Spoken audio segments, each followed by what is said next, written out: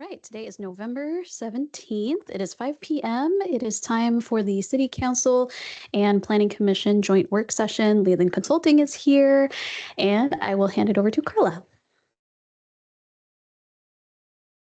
Good evening. City Council and Planning Commission, our guest consultants, and members of the public. We did have introductions if we wanted to go around and have you folks introduce yourself to the public and our viewing audience. Just introduce yourself, and as Planning Commissioner or City Council, we'll round the table and we'll end with Travis and I. So I'm going to kick it off over there with Emily. Hi, I am Emily. I'm the clerk of the Planning Commission, and I work in DCED as the permit coordinator. Heather Robley, City Clerk. Nicole Hartman, City Council. Karen Mahalik, Planning Commission. Alex Fain, Planning Commission. Kelly Berger, City Council. Julianne Kuntz, Planning Commission. Rachel Anderson, Deputy Mayor of Sequim. Eileen Cummings, Planning Commission. Dan Butler, City Council. Planning Commission. Harmony Rudder, City Council.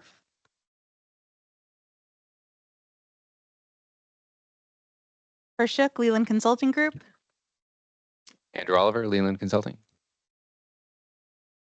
Travis Simmons, Senior Planner.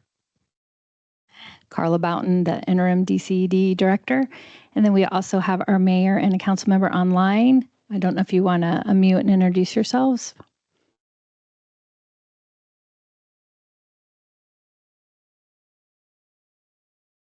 It's okay if Heather, if I can introduce them. Online we have our mayor. Okay, and then we also have Councilmember Vicky Lowe and Mayor Brandon. Denise, thank you. Okay, there's introductions. Oh, there's Vicky. All right, so I will kick us off and then turn it over to our consultant, but we are very excited tonight to present to you the Sequim Housing and Economic Analysis Report findings. This is a important foundational component of the 2025 Comprehensive Plan update that we are underway.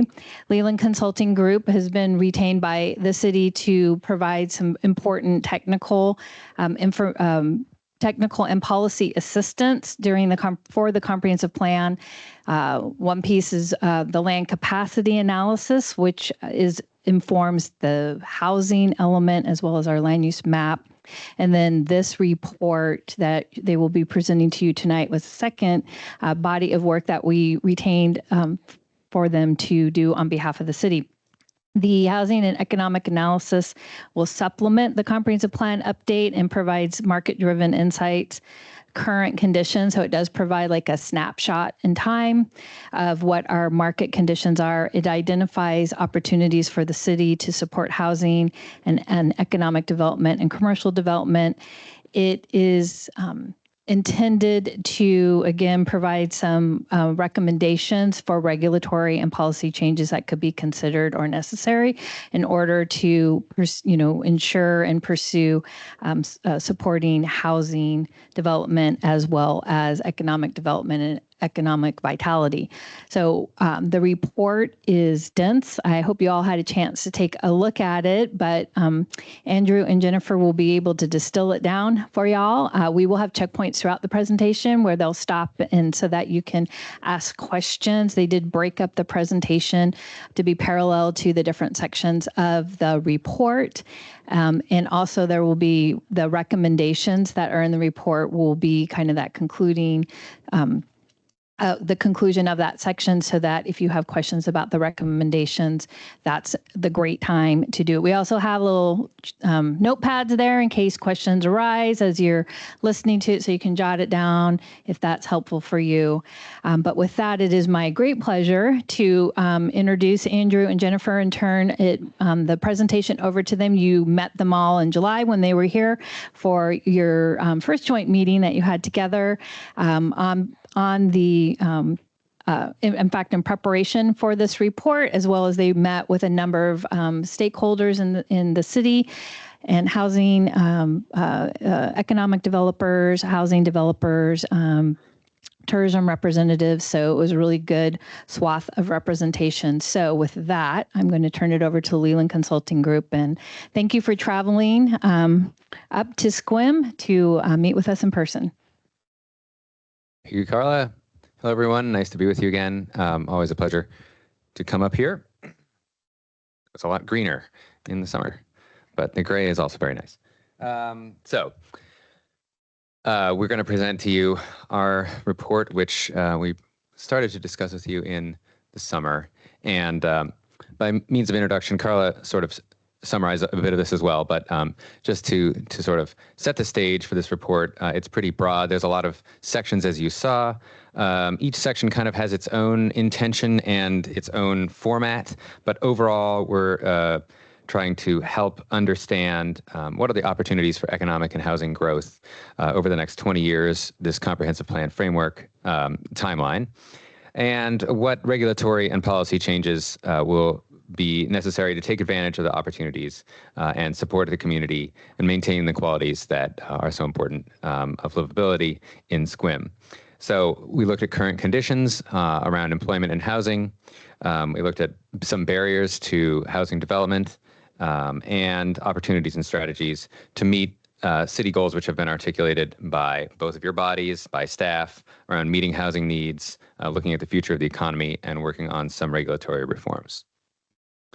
So just to look at briefly at how we came to the conclusions in this report. As we mentioned, we were here in July for a kickoff with you all. We did a bunch of interviews during that trip, which we'll summarize in a few minutes here. We did a quantitative analysis of existing conditions, and then from those combined sort of engagement and analysis flow recommendations, and the recommendations then led into the implementation strategies at the end of the report, which you saw about how to sort of actualize the higher level recommendations. So as Carla mentioned, there are 6 sections to the presentation tonight, which mirror the report. So we'll have time to discuss and have questions for each of these topics: engagement, housing, economic development, real estate market trends, barriers to development, which actually is 2 sections in the report, but we've condensed them to 1 for the presentation, and then recommendations. So I'm going to start by talking a bit about our engagement process in the summer. We had a great meeting with you all, and then we had a couple days of great conversations with a lot of housing developers, landowners, some real estate professionals, some employers, people in the tourism industry, in economic development. And first, I'm just going to try to distill, hopefully, what you also felt were some key takeaways from our meeting with you, both of your bodies in the spring. We heard about a need for housing, especially workforce housing in Sequim, a lack of development in the employment zones, especially the HTLI zone, but also the economic opportunity areas, which haven't seen very much going on in the past decade or so. We heard a desire from both commission and council to build on what are really the great values of the city and the strengths within the region, the retail base, obviously tourism and high quality of life. And we talked a little bit about what sectors might be possible for future economic growth. Tourism, of course, but also we talked about technology, the rise in remote work since the pandemic, the potential maybe for a little bit of manufacturing or light industrial, but not sort of a large scale industrial, future. Some what we labeled considerations, just other big picture ideas that we took from that last conversation with you all. There was a lot of great conversation about what is Sequim's identity beyond a retirement destination. It's obviously has a reputation as a retirement destination, but that is only one part of what's going on in Sequim, and we really, it was a good conversation on that topic. So we're thinking about that. We heard a lot of questions and discussion about short-term rentals, which are addressed in here, and Jennifer will talk about later. We heard some great feedback on mobile home parks, what the role is in the city, advantages and disadvantages or potential changes around land use, and some concerns over healthcare capacity with the aging population. So we've broken the stakeholder feedback here into 4 topics. So we talked to a lot of housing developers and professionals, as I mentioned, and we heard, about some of the same things that we talked about with you all: a lack of diverse housing options, difficulties with hiring and workforce housing affordability, a need for multifamily homes. We heard from basically everyone, and some challenges with manufactured homes around maintenance, around costs. And we talked about the housing market as well. Similarly, people are thinking that, feeling a disparity between the wages in Sequim and how much it costs to live here. We heard entry-level homes are starting at, over $500,000 in a lot of cases, and that the market is skewed towards ownership, which translates to a lack of affordable, high-quality rental homes. We talked a lot about economic development. Big box retail, of course, as we know, is an important economic driver and has been for a long time in Sequim due to some, intentional actions of the council in the past, and that's been really beneficial for the city's economy. We talked a little bit about light manufacturing. Well, we heard some people feeling somewhat optimistic about that. We talked about the lab and asked, professionals and stakeholders what if there may be some potential for some ancillary technological or scientific employment, related to the presence of the lab. We heard, a lot that they sort of are doing their own thing, but there's also maybe some potential to explore that. Tourism, of course, a very important topic. We heard a lot about seasonality. We heard some people, talking about how a lot of people who end up moving to Sequim came here first as a tourist, and so it's sort of, the tourist industry sort of shows off the city to potential residents, and that's a benefit of the tourism sector, bringing in a variety of different people potentially to live here. Arts and culture in town and on the peninsula were brought up as an important part of quality of life. We also heard several people talking about hotels and the lack of hotel rooms at peak season, and also the lack, the challenges with hotels in the off season as well. So a lot about seasonality throughout all our conversations with stakeholders on the tourism front. We asked people about downtown. Everyone feels good about Sequim's downtown, that it's walkable, that they want to continue to promote that walkability, to continue to prioritize and nurture business in the downtown area. And we heard some good feedback on a couple new developments, such as the Tedesco building there that also has the seafood place and the brewery, as being an example of a transformation that created some nice more positive gathering space in downtown. So, more to think about on that front, but good feedback overall. Education and healthcare, other topics that we brought up and that were brought up by stakeholders. People felt good about the school bond. All on the healthcare front, we heard, some concerns about the challenges facing the Olympic Medical Center, and also, as I mentioned earlier, just overall challenges with healthcare in a place with a lot of aging residents. The tribe is the biggest employer in town, also a big player in the healthcare sector in town, and we enjoyed our conversation with them. We learned a lot from that too. So moving sort of into the more technical side of things, we talked a lot to developers about regulations and fees and permits. We heard from several people some challenges with street connections. So we'll get into this later, but some issues that arose based on past regulatory changes that have prevented some development in areas of town. Design requirements are something else that we heard a lot of feedback about, especially for small projects that are facing challenges to meet design standards. Not a surprise, but developers expressed some concerns over the limited amounts of housing types in certain zones, especially since there's only one residential zone in Sequim. And we heard some, that people have had a lot of challenges with permitting over the years, which I think is not a mystery or not a surprise to anyone. But it's definitely something that we had a lot of good conversations about. Similarly, on the fee side, impact fees are pretty high. They've increased a lot over the past 20 years, which I think is, for the developers we talked to who have been here for a long time, was their main takeaway. And the fees that, yes, they're high, but more importantly, the rate of increase has been rapid. And there's some discrepancy in the way they're set up compared to other jurisdictions. So multifamily sometimes facing higher fees than single family, and we heard some concerns about the park impact fee specifically. Finally, on zoning, we heard a desire to increase the maximum height in downtown and or along Washington. Several people were talking about mixed use in the lifestyle district. So increased flexibility there and elsewhere that people were interested in exploring, including the EOAs, as you see in the next point. So the HTLI zone, although well-intentioned, developers have found it to be confusing and challenging to understand what they can and can't do there, which is one of the reasons why there probably hasn't been too much development there.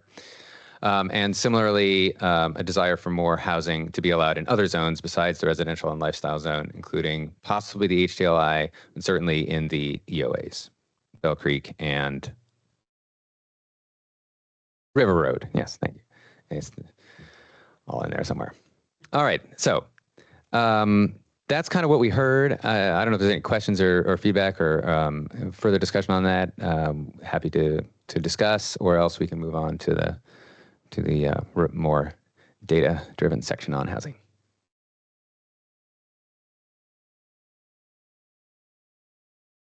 Okay, I'll move on to housing. We talked a lot about age, retirement destination, and one of the things that we wanted to take a look at when it came to housing was, is there a discrepancy in home ownership by age group? The home ownership rate in Sequim is about 60% of households are homeowners, 40% are renters. And so when we took a look at it, we saw that, the age groups up through about 54 years old have lower home ownership rates than the overall average in the city. And that older households typically have higher home ownership rates. There's not a lot of policy recommendations for that, but it does suggest that some of what we heard about housing challenges for younger families bears out in the data. So we also wanted to look at in-migration and out-migration, look at who's moving to, in this case, Clallam County, and who's moving out of Clallam County. So this map is based on IRS data from 2021 to 2022. And so what we found was that, a lot of Western Washington counties, some areas of California, the Portland metro area, a lot of people are moving to Clallam County. And in a lot of cases, these households have, on average, a pretty high household income. So the folks moving from King County to Clallam County have an average household income of about $121,000. Higher income folks from California also. And we heard from some stakeholders, a lot of people with, higher incomes are moving to town, and that does seem to be the case.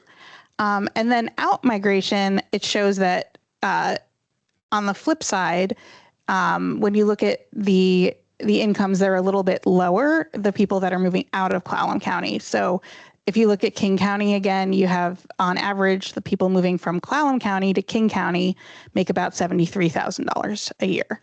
So this is just kind of data that's affirming what we heard from stakeholders, which is higher income folks moving to town and lower income folks moving out of town. For information's sake, the Sequim needs 1,850 new housing units by 2045 to meet the state housing targets, which would be an annual growth rate of about 1.53%. This is showing permitting activity since 2003. And between 2003 and 2024, 1,882 new homes were permitted in Sequim. So that's more than what's expected by the state through 2045. But you can see on the graph that most, or not most of it, but a lot of the years with the most permitting were prior to the Great Recession. So over the past several years, there's been a much slower rate of permitting and construction in Sequim. And one of the ways to meet those housing targets is going to be by helping to encourage more multifamily housing so that, you get a bunch of permits units all at once. This is looking just at what is currently the residential land uses in Sequim. So the yellow is single family residential. That's most of the current housing land use. What's interesting here that we're going to kind of keep going back to is all of the black on this map is residential land that is currently vacant. A lot of cities do not have much vacant residential land. Sequim is really unique in that there are these, larger parcels of land that are residential land use that are currently vacant. So really big opportunity to increase the housing supply. Looking at housing inventory, Sequim actually has a higher share of multifamily units than Port Angeles or Port Townsend. I think, that's not necessarily the perception, but that's, the reality, which is interesting.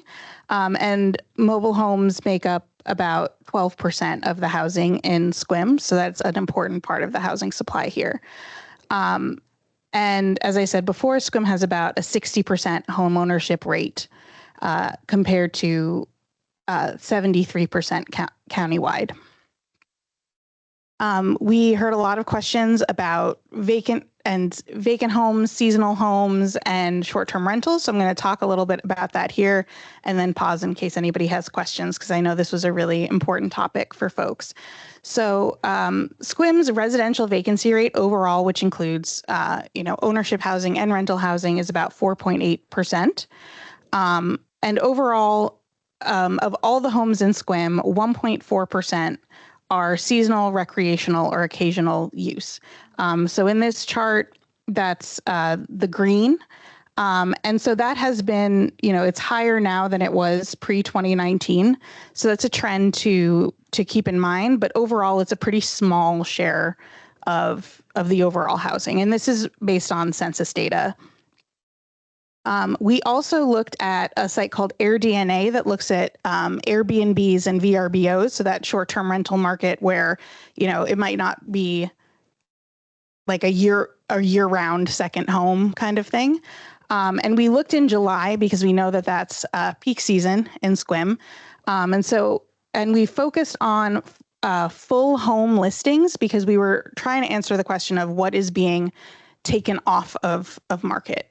And so full home listings accounted for 2.7% of all single family homes within city limits, which is, again, not a huge share of the homes in city limits. We looked at some research on how short-term rentals impact the housing supply. There's a study by the University of Pennsylvania that finds for each 1% increase in short-term rentals, there's a 0.024% increase in rents and 0.037% increase in home prices. That's in the study that was for cities with a 56% home ownership rate, which is pretty close to Sequim. Short-term rentals are also, they're important in Sequim because, as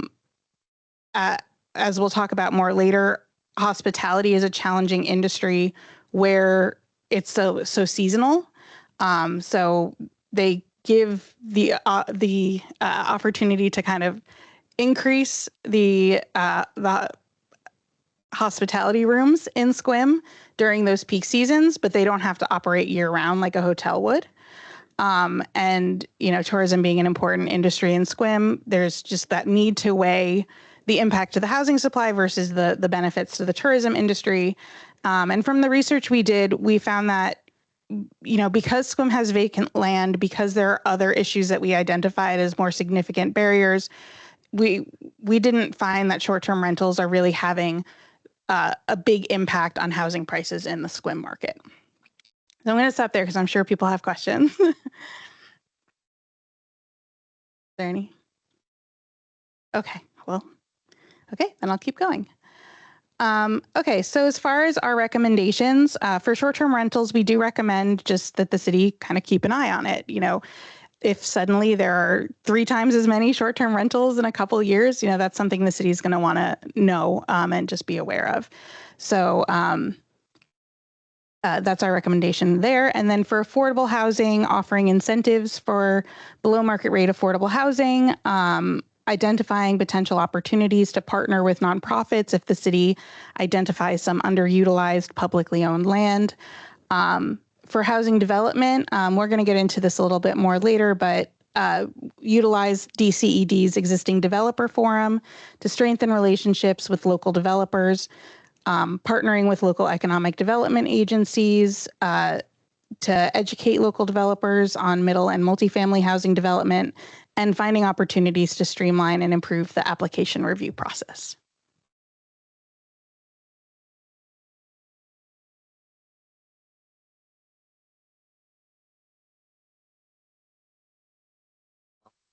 Any questions on housing? Yeah. When you were tracking the short-term rentals, those were full homes, but how did you factor in ADUs? That's a good question. So the data that we used, it showed it showed single family homes, apartments, bed and breakfast. So that's like the train car, and then other. There were not very many apartments or other. Most of the ones in Sequim were B&Bs or single family homes. So we focused on the single family homes because that was like the most significant share. But I'm not sure if that included ADUs.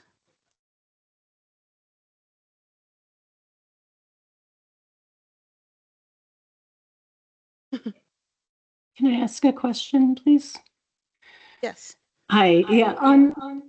Sorry, I'm getting an echo. On page 15 in the report, there's a chart that talks about household characteristics.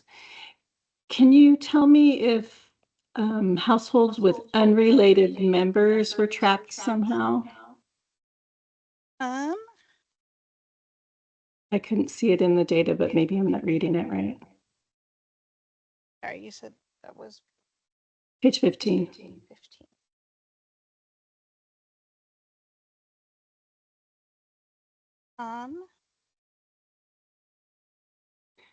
It's a data point I'm really interested in. I think just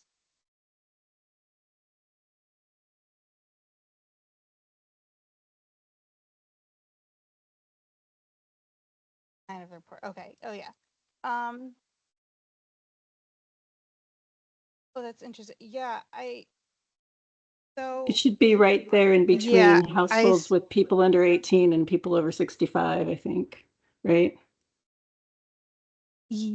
Yes, it looks like we didn't call that data out specifically in the report. But it is data that we could get from the census. I'm not sure why we didn't. Yeah, I think it's really important. I know when I've talked to younger people, they're like got 4 or 5 roommates in a 2-bedroom house because they can't. And I think that's important that we keep track of that. Yeah. Thank you.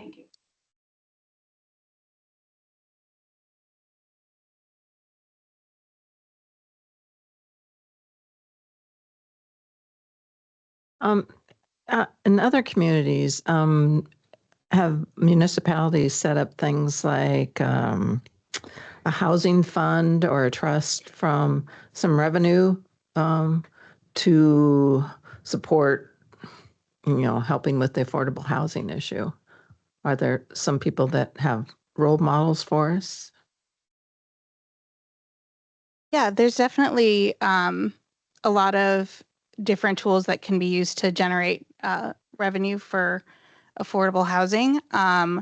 We're evaluating some of those through the adequate provisions checklist and some of the work that we're doing on the comp plan outside of this. But yeah, they're definitely, I know, the biggest example I think is King County has an affordable housing trust fund, but obviously Sequim is a different context. So we just want to make sure that, our recommendations would align with what makes sense for Sequim. The county has an opportunity, a fund that they take a percentage of their revenue, and it's specifically for sharing with the county and different projects, including affordable housing. So I thought we could probably do that. And the other thing I want, all your recommendations are really good, and the hope is for us to get the language in our comp plan. But we need some really strong words like must or not just support. Can you have a list of them for us to put in our comp plan so something gets done? It's an ongoing problem. It's been going on for a long time, and Sequim's been around and housing issues been around. So we need to do something a little different in this comp plan, I think.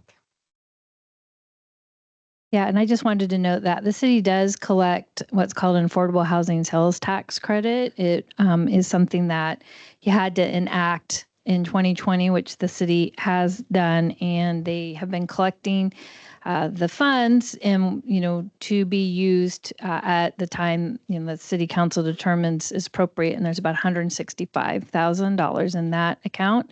So there is funds that the city is collecting for, and it's to be used for an affordable housing project or projects, depending on, what the project is that the city is wanting to support. Is it like a grant thing, or what? Somebody wanted to apply for some money? It's what and how those funds are to be determined or to be granted has not been determined yet. So a city council member might certainly feel free to speak into it. Rachel, I know you're shaking your head, but my understanding is that it was the city council's preference to collect the funds over some years to get an amount that actually can mean something. So did I say that correctly? Okay. You said in 2020. I do not recall that. I came here in 2021. But that is good to know. I know that one of the other funding sources, council opted into letting the county collect it. I want to say it was 1590 funds. The unfortunate circumstance is that it does not collect as much as quickly as I think a lot of us would like. But there's also, how do you balance increasing costs for taxpayers also? So there. Right, there's the affordable housing property tax. I think that's what you're speaking to. Then Clallam County does collect that.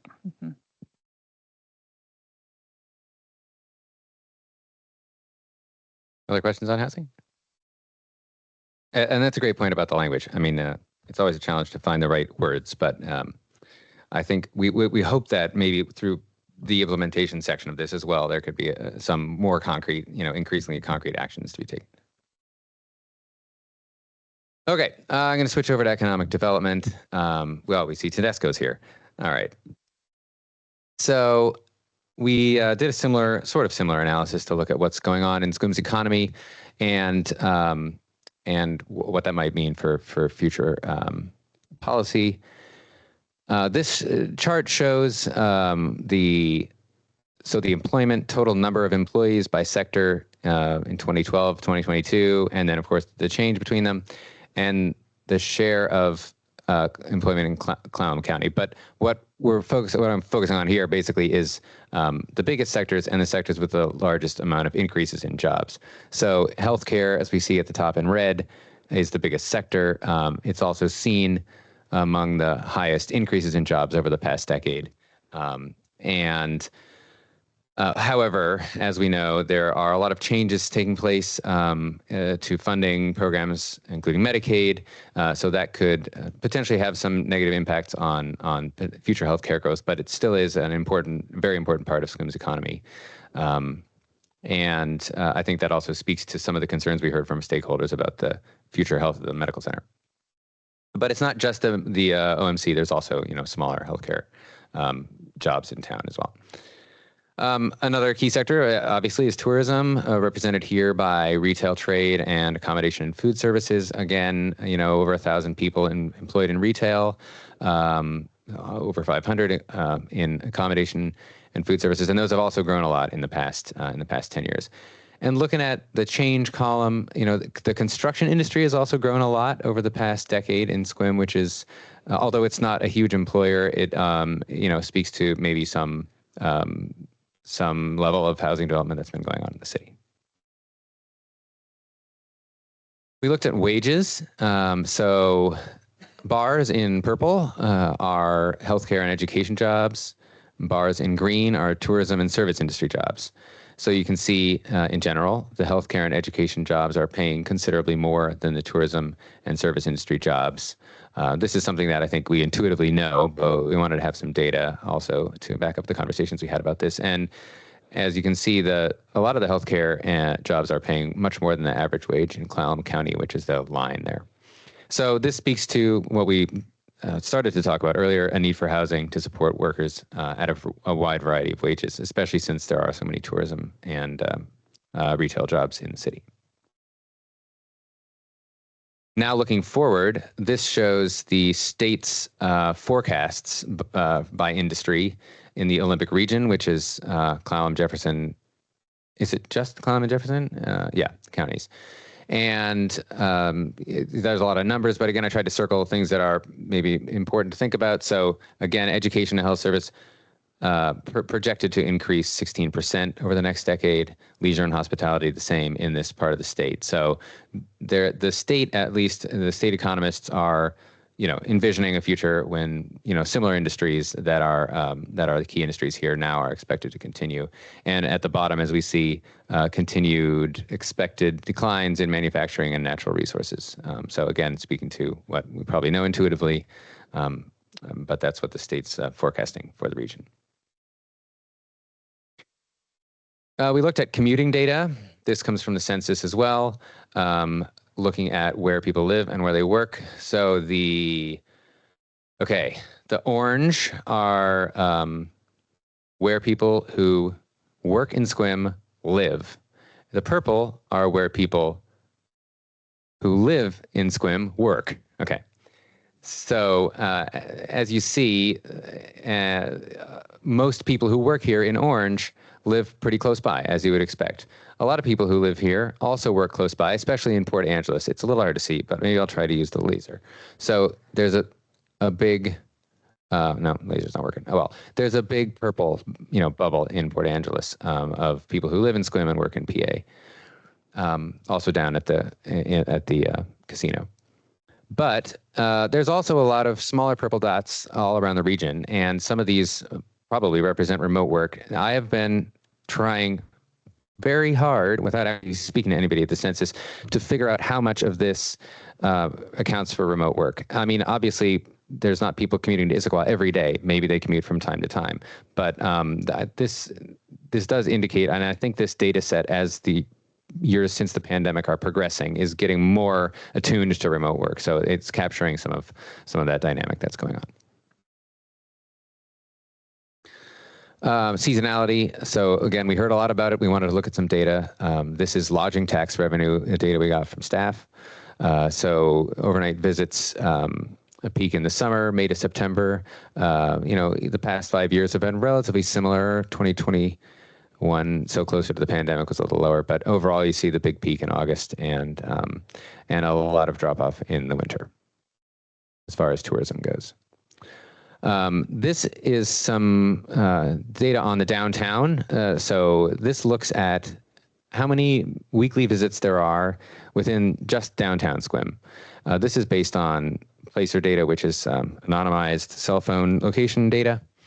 And so it just sort of tracks how many people who don't live here are visiting in these times. So again, we see a similar trend. The Lavender Festival each year being the peak. It's gone down a little bit in the past couple of years on that weekend, but overall in downtown, we see a similar trend as to the rest of the city. We wanted to look at, if political changes or the pandemic or whatever else are decreasing visits from Canada, which of course we've heard only in the news. And indeed, it seems, although it's only year to date, that there have been, decreased visits in the past year from Canada, and certainly visits from Canada have not rebounded to their pre-pandemic level. This is for the whole state of Washington. So 2025 is on track to have fewer crossings than 2024, and the ferry in Port Angeles crossing is down about 11% over the past year. But, a big rebound since the pandemic, of course. Okay. We did an industry cluster analysis. This is basically looking at what we saw earlier, the change in employment on the horizontal axis. So we see for each sector, which is represented by a bubble, those sectors that have had the greatest increase in jobs since we did this since after the pandemic, so that I didn't really try not to factor it in too much, are farther to the right, and then decreasing employment on the left. On the vertical axis is the location quotient, which is a measure of how specialized an industry is in the region. So on the top, so as you go up, these are industries that have more employment in Clallam County than the national average. And as you go down, less employment in Clallam County than the national average. So it gives us these four kind of boxes. We have, so that I've labeled leading. So these are industries that are both specialized and have seen growth. Emerging industries have seen a lot of growth, but it's still not maybe as prominent of an industry here. On the bottom left, these industries, are lagging. They have neither seen a lot of growth, nor are they particularly specialized. And then maturing, which is kind of an interesting term, but think about something that's really a regional specialty, but hasn't seen much growth or has actually seen decline. And there we see natural resources. So there's twice as many jobs as the national average in Clallam County in natural resources, but it's been declining over the past 5 years. So what does this tell us? Well, a lot of the same things we've seen. Hospitality is important. There's a lot of government jobs here, a lot of healthcare, a lot of public administration jobs, and that is partially because a lot of tribal jobs are classified as public administration, and the tribe has a big presence in the Sklallam tribe has a big presence here, as we know. Smaller growth industries, but things to think about. Information, so that's mostly tech and professional services, have grown a lot over the past few years. This could be a remote work type thing or, other local businesses. So it's not a sector, those aren't sectors that we have, a locational advantage, but there's a lot of potential there. And we looked, based on some feedback from this body and others, at manufacturing specifically. So what kind of manufacturing might make sense based on the regional specialization here? And top of the list, unsurprisingly, is wood. So it's a really highly specialized industry in this region. Beverages as well, potentially, are things that that there's already a cluster of these businesses in the county. So this leads into some of these opportunity sectors. These are things that we heard from stakeholders or from staff and from both of your bodies that were some things that you wanted us to explore. So there's a section in the report, as you saw, with write-ups on all of these. And to briefly summarize a few wildly sort of divergent ideas, but interesting things to think about for the future of the Sequim economy. The marine industry here, okay, there's a cluster on the peninsula with Port Angeles and Port Townsend, but really, there's not a huge amount of potential given the lack of waterfront space. Wood products, as we see in the data, is showing up as something where there's a lot of locational advantage. Also, there's a skilled workforce. We found a ton of existing cabinet manufacturers near the city, not necessarily in town, but over in Carlsberg, and there's a lot of things going on, and a lot of it is wood project manufacturing. So that's something to think about when we're thinking about commercial zones and what kind of things we might want to encourage or help to facilitate in those zones. Food and beverage is kind of similar. There's a lot of breweries, wineries, cidery things going on the peninsula, not so much in town. So again, it could be more of a land use type consideration, although there has been, and even just this morning, I saw another article on sort of current potential jitters in the beer sector in the Northwest. So that's just something about. Alternative energy, complementing the work being done at the lab, they have contracted with some other companies based in the Bay Area to do research on alternative energy. Again, there's a lack of industrial land, but from the research side, there could be potential for maybe synergy with local businesses in that regard. Although, interestingly, I looked at data on every type of renewable energy generation, and Sequim was like low on every metric. Like there's not a lot of sun. There's some sun, but not a ton. There's not a lot of wind, which is nice, but not for generation. There's not a lot of tidal because it's not so close to the end of the peninsula. So maybe not actually generating the energy, but certainly on the research side. We heard some discussion about warehousing, Amazon. This was mostly in regards to the conversations going on about whether or not they were going to, or where Amazon was going to expand its warehouse, which is now happening in Port Angeles. So probably less potential here in the future. I've in the report, you'll find some articles. I found some interesting research on, I was trying to see, like, has someone done a great study about, how much these Amazon centers, fulfillment centers and warehouses are really bringing to the local economies. And the research is very mixed, but it seems that that a lot of cities around the country are really laying out the red carpet for Amazon warehouses, and the local benefits can be somewhat limited in a lot of cases.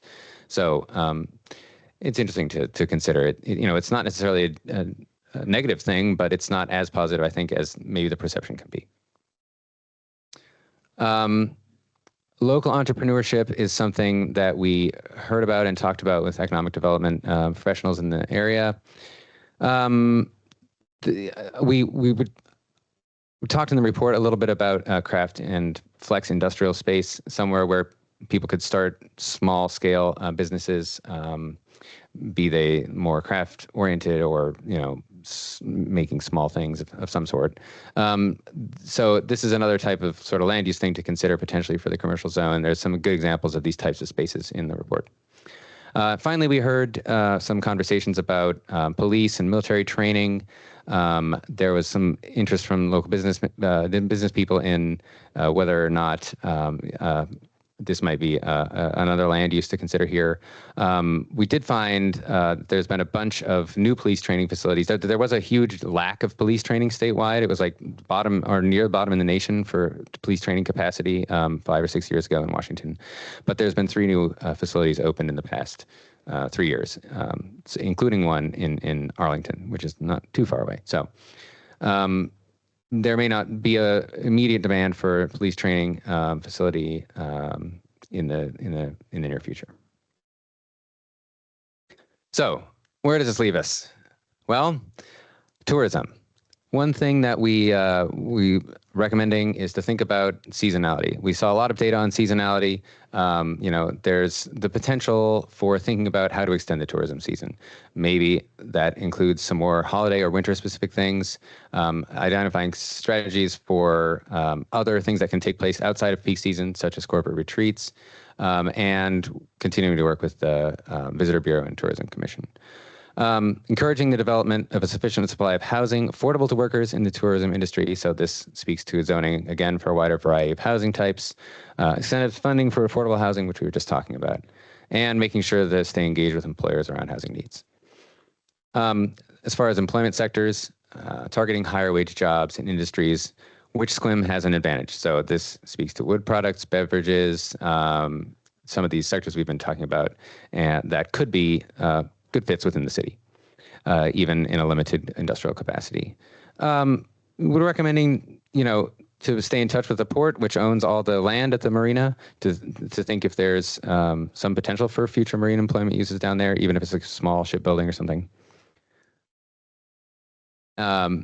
Promoting Sequim as a location for clean energy research and development with the proximity to the lab, which I think is kind of an unknown quantity. For, at least in a lot of our conversations, we heard people saying the lab is a bit of a sleeper.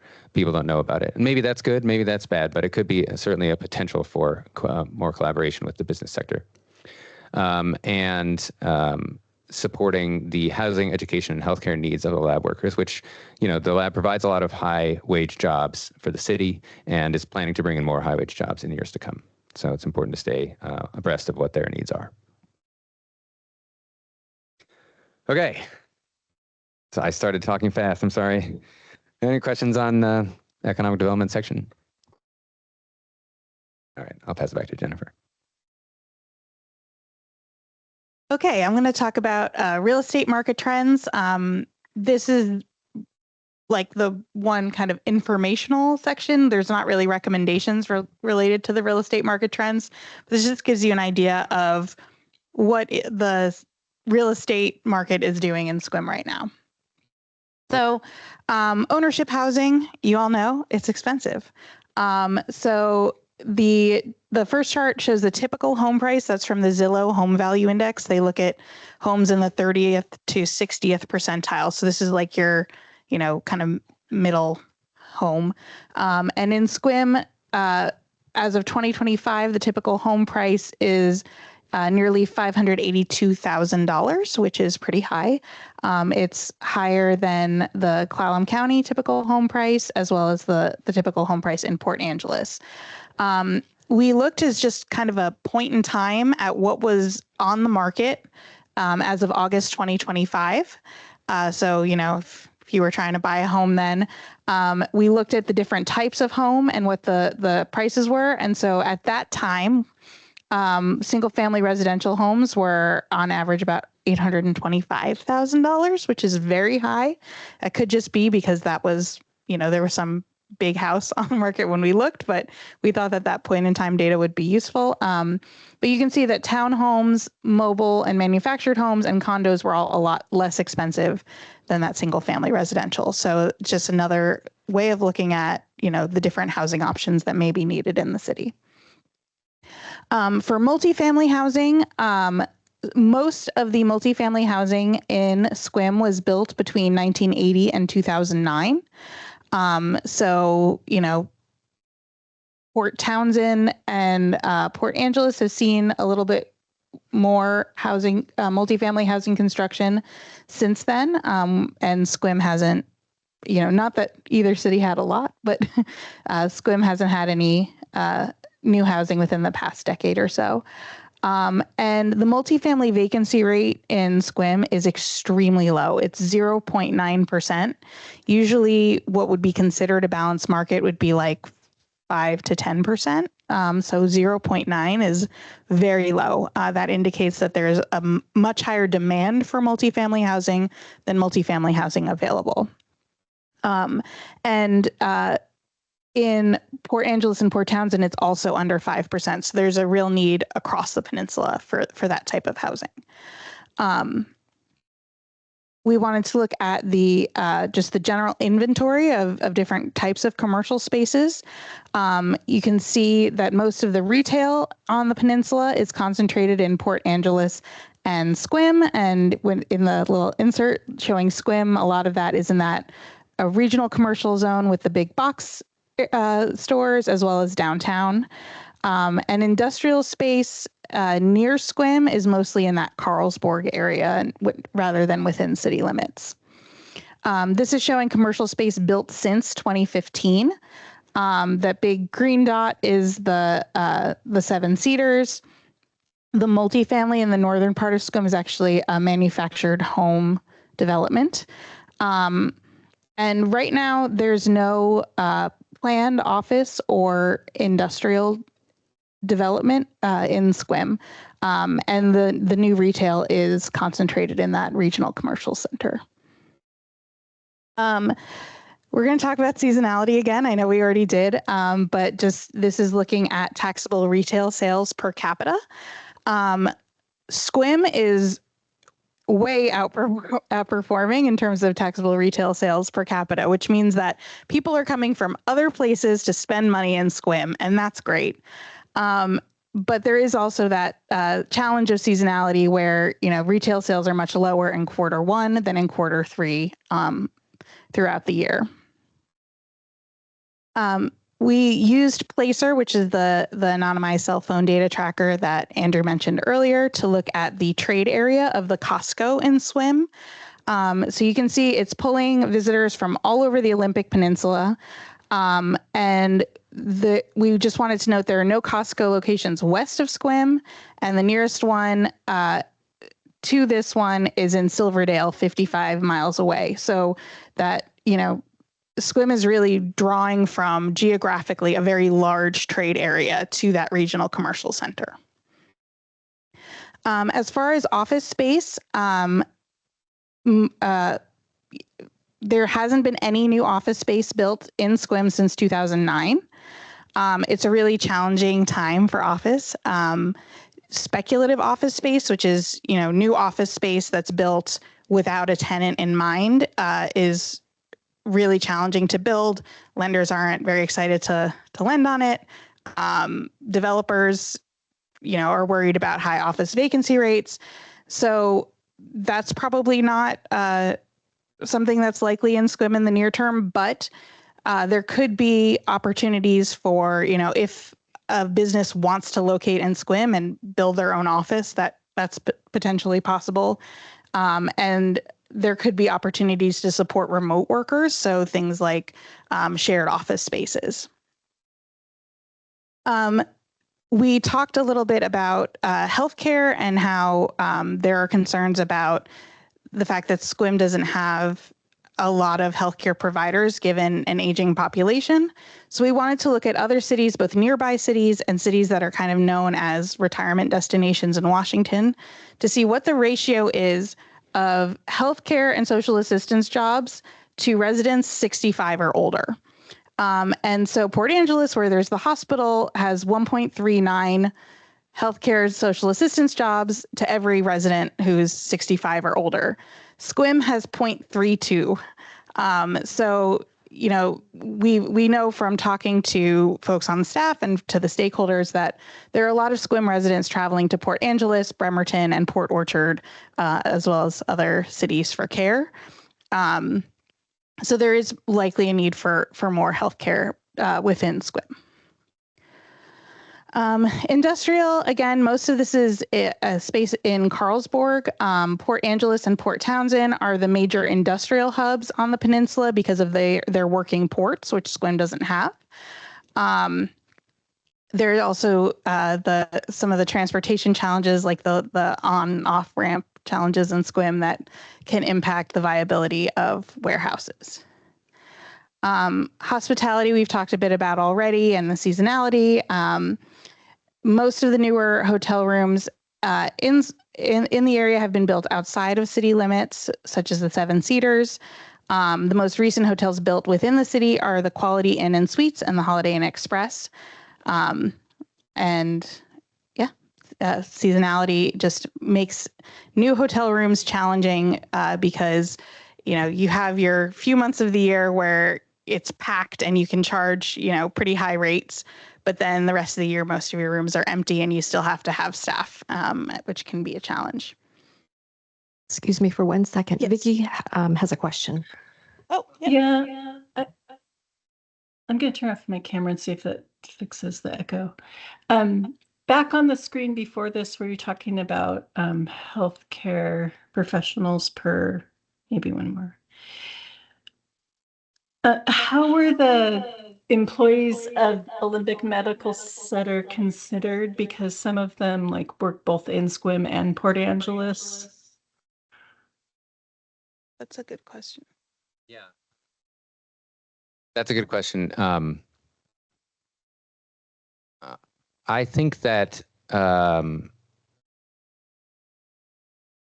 I think it's something worth investigating. It would be worth investigating because this data set from the Mm-hmm. census, the LEHD data set, it can be challenging because it will be based on where the person is paid from. So we've seen, for example, school districts that are in a city paying, teachers that work in another city, so that can skew that. think we need to look into that more. I mean, it may be that the ratio mitigates a little between Port Angeles and Sequim as a result, but we can keep looking at it. Okay, thank you. Yeah, thanks for flagging that.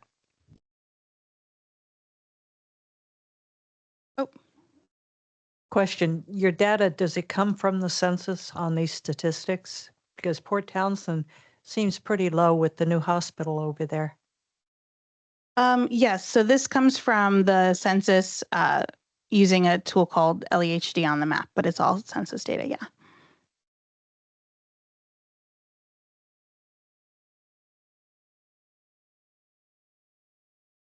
Okay, and then we just wanted to highlight some, general points about the current real estate and development market. Right now, kind of nationwide, but especially in the Seattle area and Pacific Northwest more generally, the current development market is challenging because of high labor and material costs as well as interest rates. So the chart is showing, it's called the Mortenson Construction Cost Index, basically working off of a factor of 100 as a baseline. And so you can see in 2009, it was, in the Seattle area, the index was 96. Now it's 208. So construction costs have more than doubled since 2009.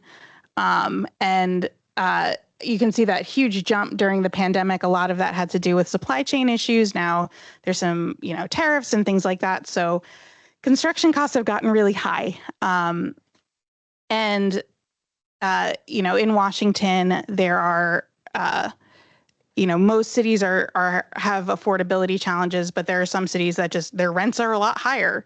And so where rents are a lot higher, some of the construction is still feasible, but it becomes really challenging in cities like Sequim where you don't have Seattle rents, but you have really similar costs of construction. And so, when you have that kind of situation, there's higher rents or higher home prices. Or incentives that are needed to encourage new development. So, nobody really wants higher home prices or rents. So figuring out where the barriers that you can address, what are some incentives you can provide, those are all things that are important in a situation like this. And the real estate market is always changing, but that's just kind of where we are right now in 2025.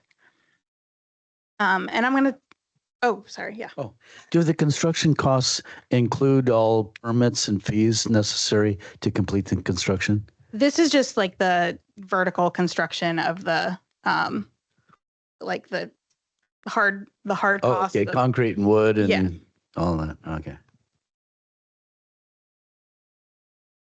Okay, so I'm going to talk about some of the barriers to development that we identified both in talking to stakeholders as well as in the data that we looked at. So one of them is processes and relationships. So there's been, as you know, some staff turnover at the city over the past several years. That's, had an impact on the relationship between the city and developers. And I think that's getting a lot better. I know Carla and Travis are working really hard at making that better. So that's good. We heard some feedback from developers that the permitting process can be long. There was some talk about how, developers were saying they would submit a permit and then, something would be wrong and then they'd submit it again and they felt that it was going to the bottom of the pile, whether or not that's true, but it was, the perception, which is really important. And we heard from developers that it was really important that for them for the city to have an attitude of getting to yes. And when we talked to city staff, they said, yeah, that's important to us too. So I think that attitude, both on the part of developers and the city, is going to be really important going forward because everybody wants more housing. So that alignment is going to improve things on that front. There were also a lot of questions around zoning and processes. And so, taking steps to improve the clarity of the zoning code, but also some education for developers and ongoing relationship building is going to help with some of that. Impact fees, Andrew mentioned this in the stakeholder engagement section. For parks especially, we heard that impact fees are high. And so there is a new state law, SB 5258, that requires jurisdictions to calculate impact fees to reflect proportional impact, which means basically scaling by the size of a unit, which could be the number of bedrooms or the square footage or the number of trips generated. So this chart is showing what Snohomish park impact fees look like right now. They recently changed theirs. The yellow line is what the Sequim Parks impact fee is for multifamily housing. And so what Snohomish did was they did by square footage, and they have these, different levels ranging from, $3,300 for units that are up to 895 square foot. That's probably like a 1-bedroom, maybe a small 2-bedroom, all the way up to $11,500 for a 2,370 square foot or more building. So that's going to be a large house. And so, this is not to say that these are the numbers that Sequim should use, because in Snohomish, housing costs are a lot higher than in Sequim. But this is just to give you an idea of what that looks like, and also where Sequim's park fee is currently, which is, a little bit higher than what Snohomish would require for a unit that's around 1,400 square feet. Labor pool and expertise. There's not a lot of construction jobs in the Olympic Peninsula. It's a limited construction labor pool compared to other areas of Washington, which can drive up costs, but it can also just make it hard to find somebody to build a house. So we looked at other areas, the Seattle metro area, Kitsap County, Skagit County, and Thurston County. And the Olympic Peninsula has, far fewer establishments and jobs than those areas. Some of the good news is that CCEDC plans to offer some developer training so that local developers who are used to building single family homes can learn more about middle housing and multifamily housing. And we think, Sequim has opportunities to plug into that and give some, Sequim specific information to developers. But also there's probably a need to develop relationships with developers and construction companies outside of the Olympic Peninsula. Make the case for why Sequim is a great place to be, why people want to live here, and, why they should come and build.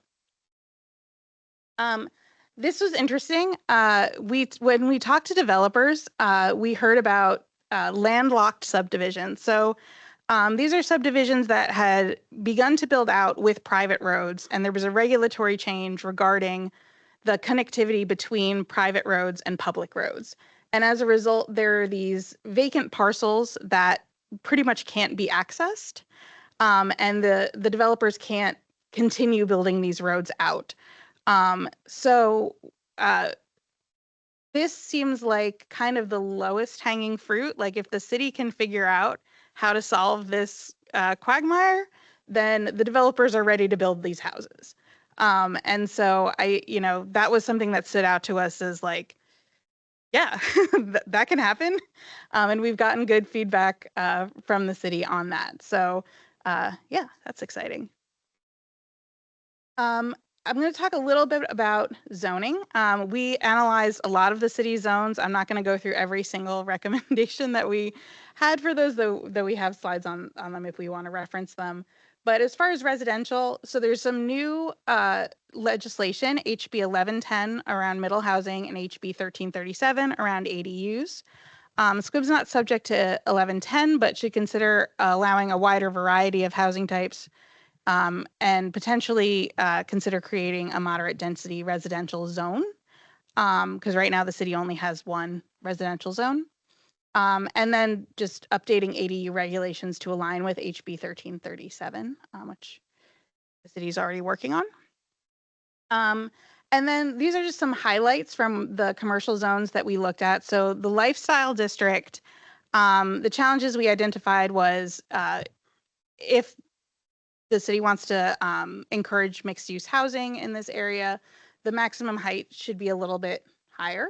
In the code, there's also an emphasis on senior housing here, and we had heard that this should not just be senior housing, that it should be, housing for everybody. So, changing some of that language in the code, and then the open space requirements for multifamily housing, when combined with the high park impact fee, it was adding to the cost of projects.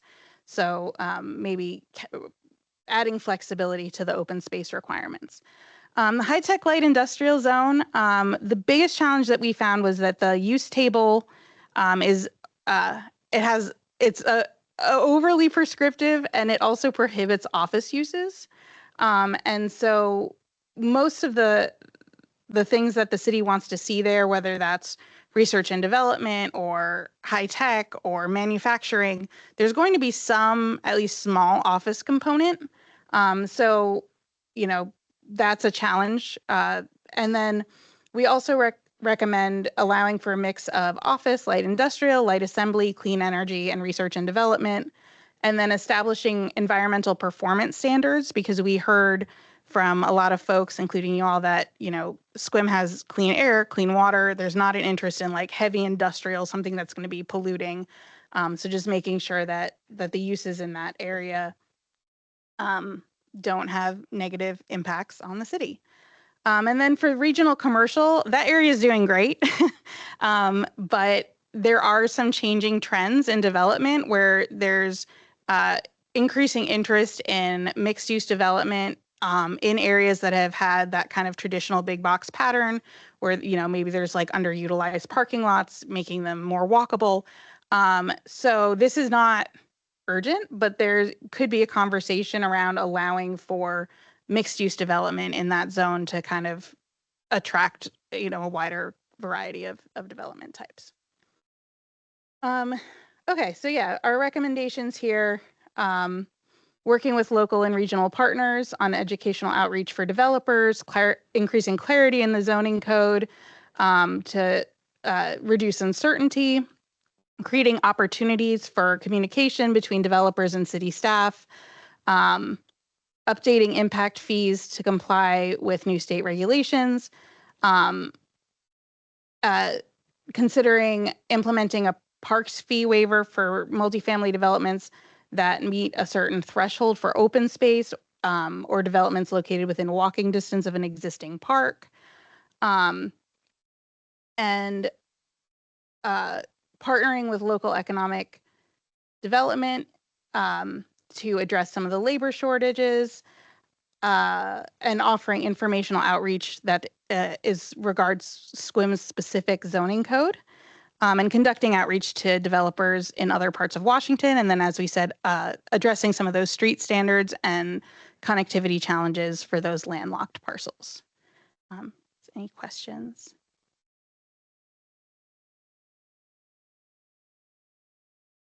Okay. Well, oh, sorry, there's also the street standards. But so we're done with our presentation. We have the recommendations kind of listed out in full back here. We're not going to go through them one by one, but if there are any that you all want to ask us questions about, if you have any feedback for us, we'd love to hear what you think.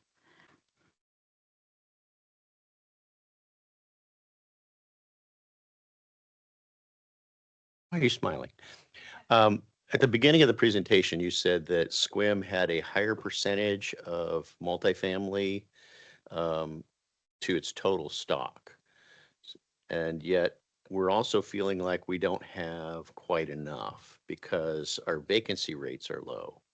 Could the vacancy rates be low because Sequim is just a superior place for multifamily renters to live and they would select us over Port Angeles or other areas? And could that be the driver for why our multifamily, I mean, it was super low. And as a former banker, I like to see that. I like to see there's no stress on the cash flows. So could you give us a little feedback on that? Yeah, I mean, Sequim is a great place to live. I think the challenge is that when the vacancy rate is that low, it can drive prices up. So, if there's a need for more affordability in the housing, I think more housing is probably needed. But yeah, I mean, who doesn't love living in Sequim? Yeah. Throughout your presentation, you talked about a lot about improving relationships with a lot of different people. And I think that's important, but our staff works hard already. Do you think, and nowhere in it recommending, additional staff to take on this responsibility. Would that be a worthwhile consideration, having I don't know, community liaison or, public relations, something? I don't know. Because, all of these networking things take meeting time, talking time, telephone time, and these guys are busy. Yes. So there are, places where the staff is already doing that work, which is good. And I think there are opportunities to continue that. In other communities that we work in, we've definitely recommended things like, a downtown ombudsman so that, people who are interested in opening businesses downtown have somebody to talk to, or, a dedicated economic development professional who can go and do like business recruitment. I don't think that that's necessarily out of the question in Sequim. It's just, a question of, city resources and priorities. Councilor Lowe, do you have a question? I do. I was still trying to formulate it in my head a little bit. Under the housing recommendations, I know that we do, you talked about some of the houses that are vacant and also some that need repair. And I'm wondering, rather than building new houses, new buildings, what can we do to help people get their house in better repair so they can stay in it longer, or encourage like people whose parents have passed away and they live in a different city and the house is just sitting vacant? Are there any recommendations along those lines? Thanks. That's a good question. We didn't put anything specific about that, about repair, and there are plenty of cities that have grant programs that can fund repair of housing that's in bad shape where people can't afford to repair it, to prevent either living in substandard housing or the housing from being demolished. As I recall offhand, the share, the quality of housing in Sequim that we found, at least based on census data, is higher than other parts of the Olympic Peninsula. But I think that's certainly, it's more of a funding question too from the city side. But as we're talking about housing funding and things, it's important to consider preservation funding as well, and can be important for lower income homeowners to stay in their homes. So definitely a good thing to consider. I think it wasn't a data point that stood out particularly high in Sequim, the quality of housing, which is good, but that doesn't mean it doesn't exist. So thanks for bringing that up, for sure.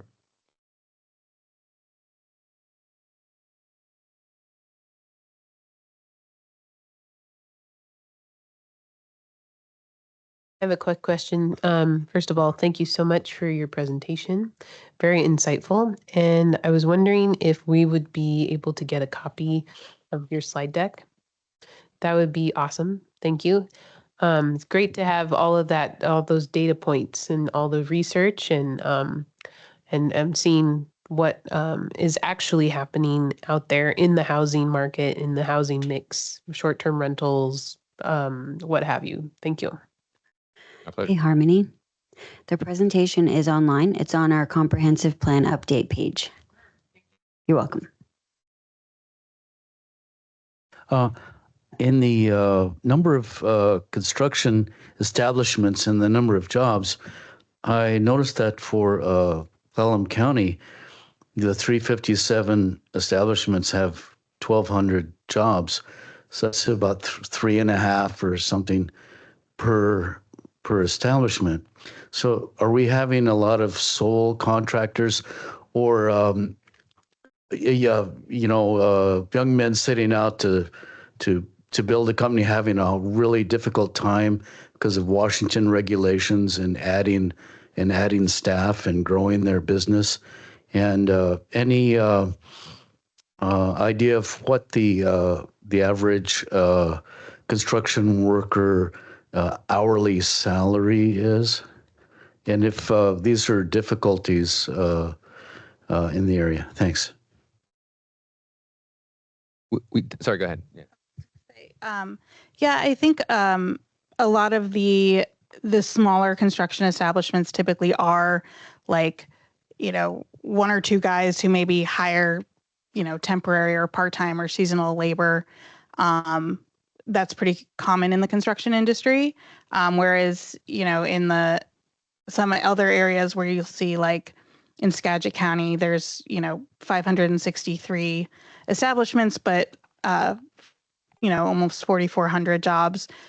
That's going to be, kind of larger, more established company with like permanent construction labor. So, yeah, that's a challenge for sure in the Olympic Peninsula, is the lack of construction workers. Andrew is looking up the. Not sure if we had construction.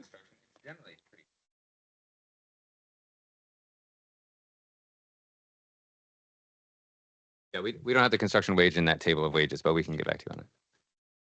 I have a question regarding that data point for construction jobs. Is that classified in any way, or is it anybody that would be like a plumbing contractor, electrical contractor, or is it just solely construction? Because I know construction contractors can encompass, just craftsmen that do trim,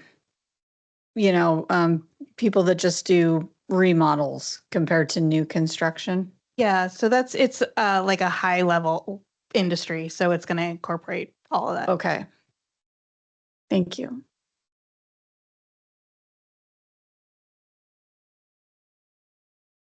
Any other questions? Not seeing any. I just wanted to make a few comments about how a lot of our barriers, I think I said this back in July too, but a lot of our barriers are legislative in nature, in that, there's things like the cost of housing will be more expensive when nonprofits try and build housing, but they have to hire at the prevailing wage, which is connected to King County, and, trying to figure out if there's a way to switch from, King County prevailing wages to more rural community. And then, there's things like energy regulations now that are driving up the cost of construction. There are things like, I'm just trying to remember some of the things we've talked about. I think Vicki mentioned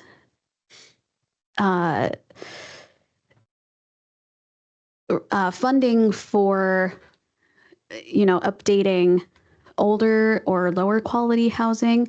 And that is something we've talked about on the Housing Solutions Committee, but with no active solution, granted. So there's all these things and barriers that we end up talking about, but then when it comes to finding solutions, it doesn't feel like there's anything tangible other than consistently pushing on an uphill battle. And so I just want to make sure everybody has that in mind, that some things that we want to address will not change overnight, and it will have to be over several years. Any last questions or comments? Yeah. in the work location of Sequim residents, it showed that so many are commuting to Port Angeles, probably for work at OMC and other places, as well as Casino at Blinn.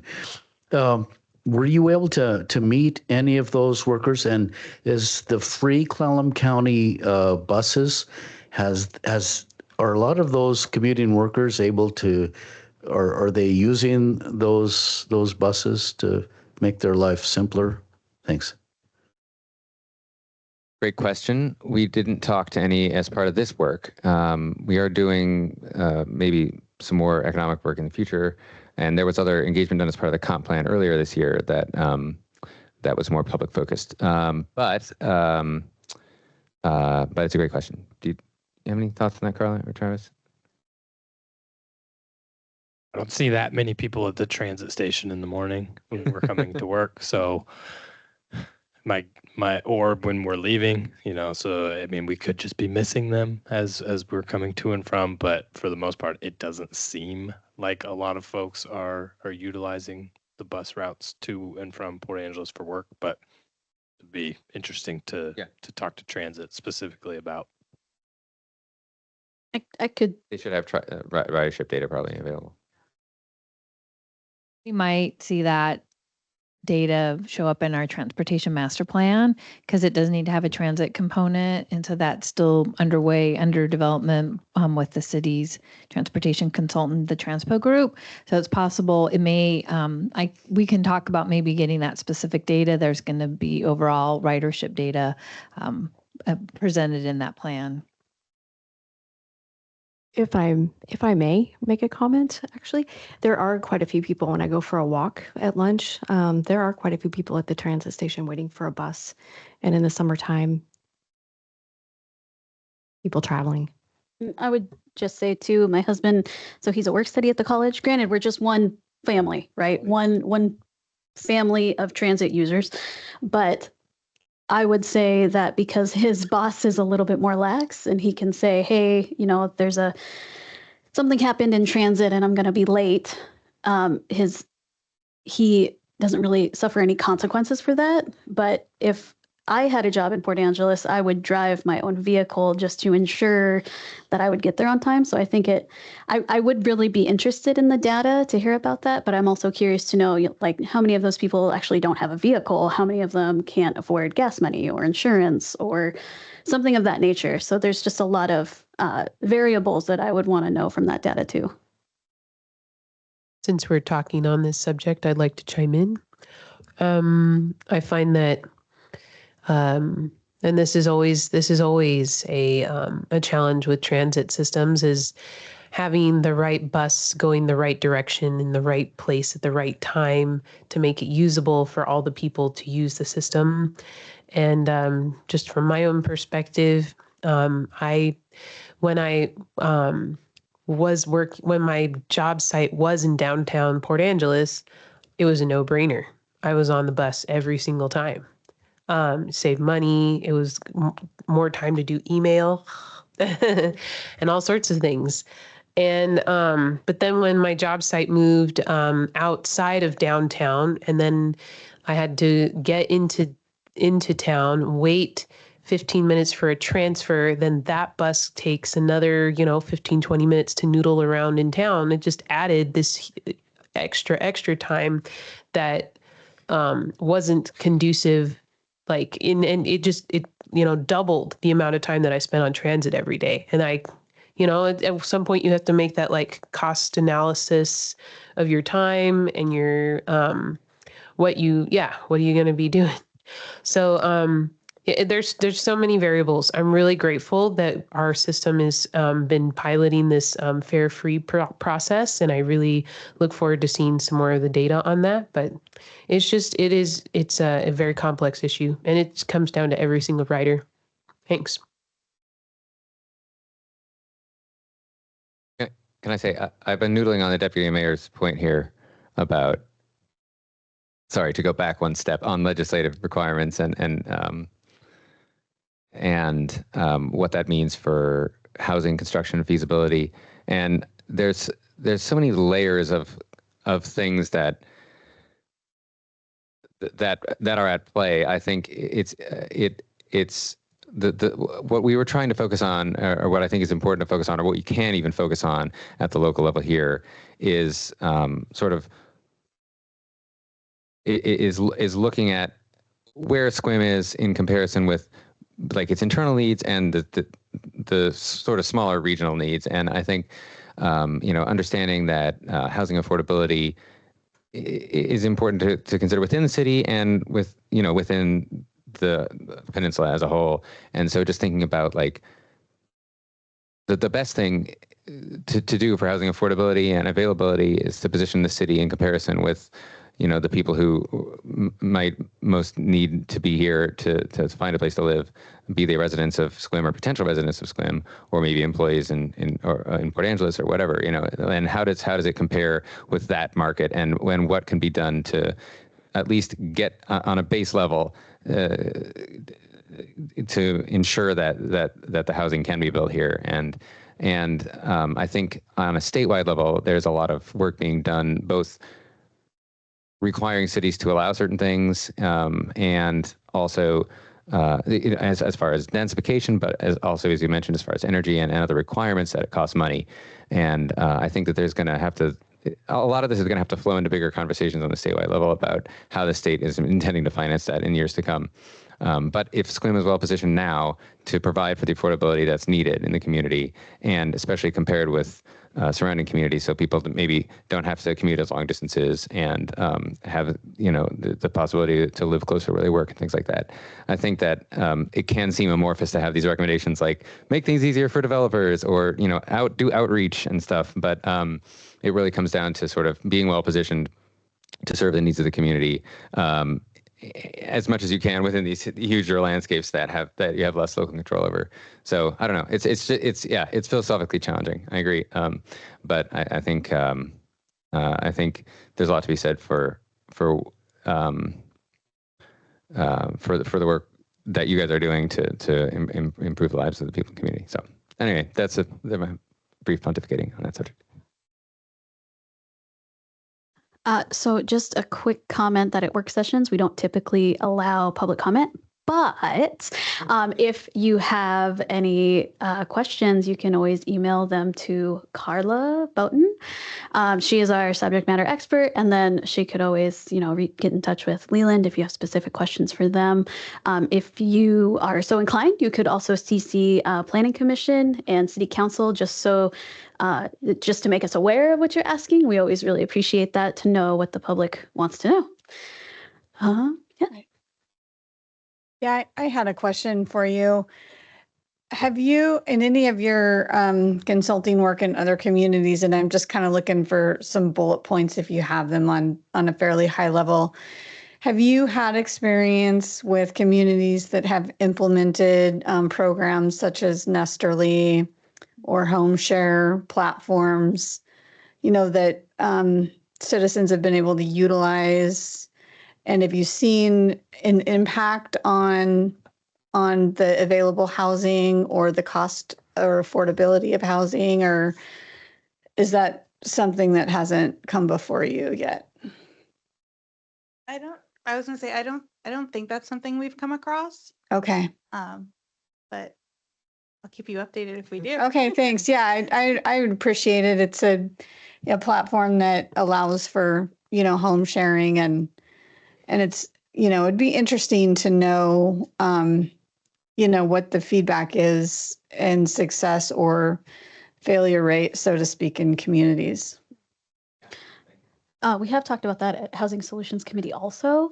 The last I heard, I can't remember which one it was, if it was like Silver Nest or Nesterly, but one of them had been bought by somebody else and was getting a complete overhaul, and making sure that everything is protecting the homeowner and protecting the tenant. So I think they're really working on their policy. But there has been some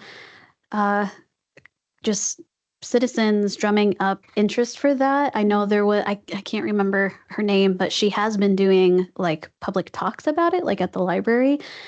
Just making I've got sure that one for you, Rachel. Yeah. It's Nancy Steffens. Thank you. So just making sure people have the right information about it and aren't coming up with. Yeah. I think that's it. All right, Yeah. thanks.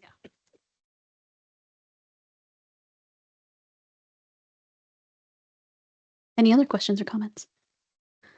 Hey, Rachel, it's Vicky. That's why I was interested in that data also on unrelated people sharing homes. I think people might be doing that without that program too as well.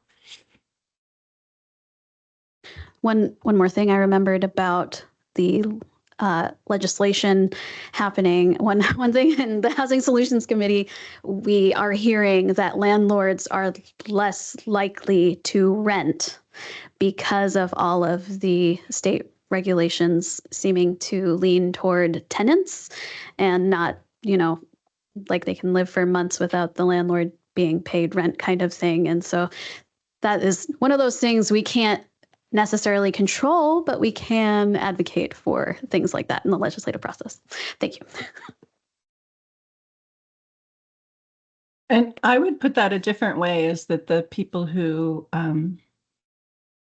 are current landlords might go away, other landlords might come in that think differently about housing and in a less capitalist way.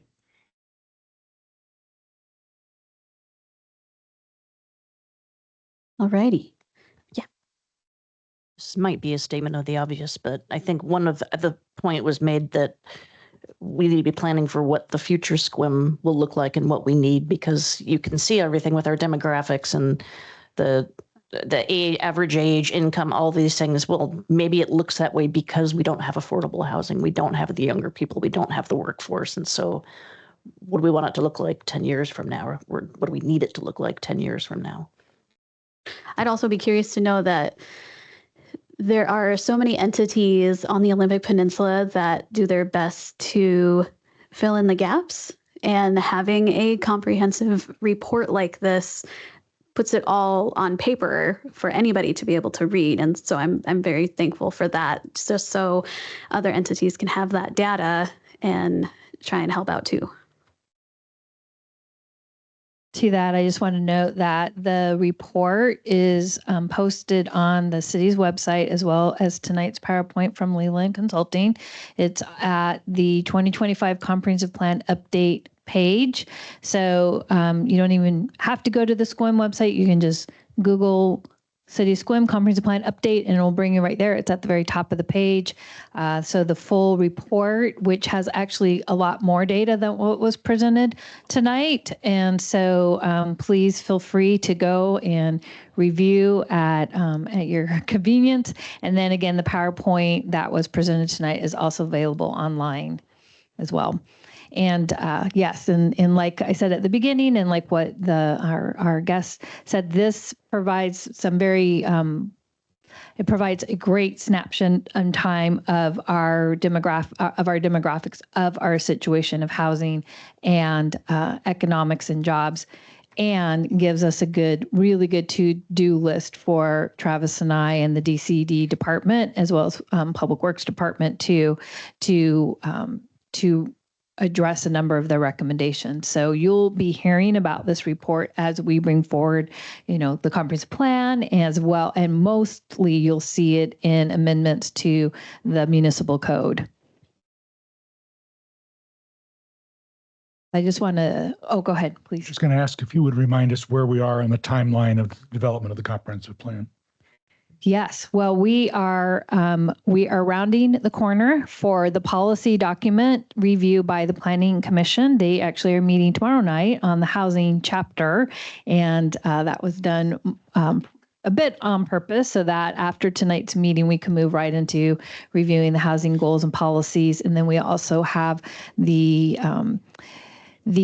have economic development chapter. Then we have the additional housing documents that are required by the state that Andrew talked a little bit about, but they're going to be called the housing needs assessment. the adequate provisions and our land capacity analysis will be in that document, as well as the racially disparate impact analysis. Those are all required by the state. That will be at the first meeting in the Planning Commission in December, and we'll close out the year with the Economic Development chapter at the second meeting in December with the Planning Commission. Where that is that concludes the policy document. So all the chapters have been reviewed and have been revised and edited and commented on by the Planning Commission. There is still more work to do, and that entails the capital facility plan, which is we have kicked that off with the Public Works Department. It is going to be done in-house with assistance by city consultants for our utility plans and our transportation plan. And then all of that will have a companion of zoning code amendments, zoning code amendments. So that's Title 18. There will be a number of amendments related to housing. So some of the housing requirements that we talked about tonight, as well as a number of the recommendations. In fact, probably most of them will be in that first batch of development regulation updates of what you heard tonight as part of this report. So we'll be looking at the use tables.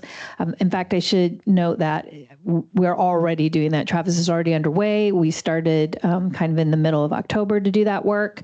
And so you'll be seeing that at the time that we'll do the full comprehensive plan release, which will be the first quarter of 2026, so probably around March or April, where we'll have a Planning Commission recommended comprehensive plan, and we'll have a set of development regulations.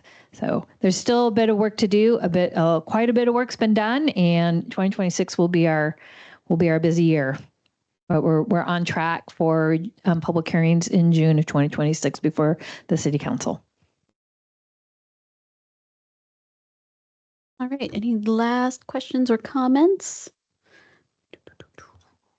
I just want to thank you all for all the input that you gave us, the great questions that you asked at the kickoff that informed our research. It's been great working with you all. Thank you. No, I thought maybe Matt was wanting to say something. I don't think it would be a regular meeting if you didn't say something. Yeah, well, thank you. So amazing. I just always like to pause to think and reflect. I've been here 4 years. I've never had this kind of data. I think we've been praised and criticized for what we are or aren't, and everybody has a different idea and opinion, and now we know. Like now we have data, now we have graphs, now we have history, we have trends, we have something that we can use and move forward with, which is really what the city needs to be about and is about. We try to make data-driven decisions. I really can't thank Carla enough for finding and bringing Leland in, because this is wonderful to be at this place. So thank you for your hard work. I really want to thank the council and the commission for trusting in city leadership. We changed horses in the middle of the stream here and promised that you would have a quality product that you could act on and make decisions off of. And that was risky. And you trusted. And so I really thank you all for that, because we are getting what we were told we would have. And so that was a big deal. So anyway, I just want to thank everybody that's put all this forward to the community and to the decision makers, particularly the policy makers, because now I think we have the beginnings of some action items, and the future of our city now can be made around actual data. So thank you, everybody. Yeah, and I just want to say thank you very much. It was a very well-written document that was easy to read and easy to comprehend, and it there were some things in there that really surprised me, like the data on the short-term rentals, and that that's been something that has really weighed on the commission for quite frankly years. Like, how do we move forward with this? And now we have the information that we can make a better decision about should there be policy written around that? And if there is, what are we looking at? So I really appreciate the work that you did. Yes. I want to thank everybody. Thank you to the public for being here and anybody listening in online. Thank you, Leland Consulting. We really appreciate all of the data. I don't know how you put it all together so beautifully, but it looked great. I really appreciated your presentation. Thanks for Planning Commission for being here, Council for being here. So thank you, everybody. Enjoy your evening. Thank you.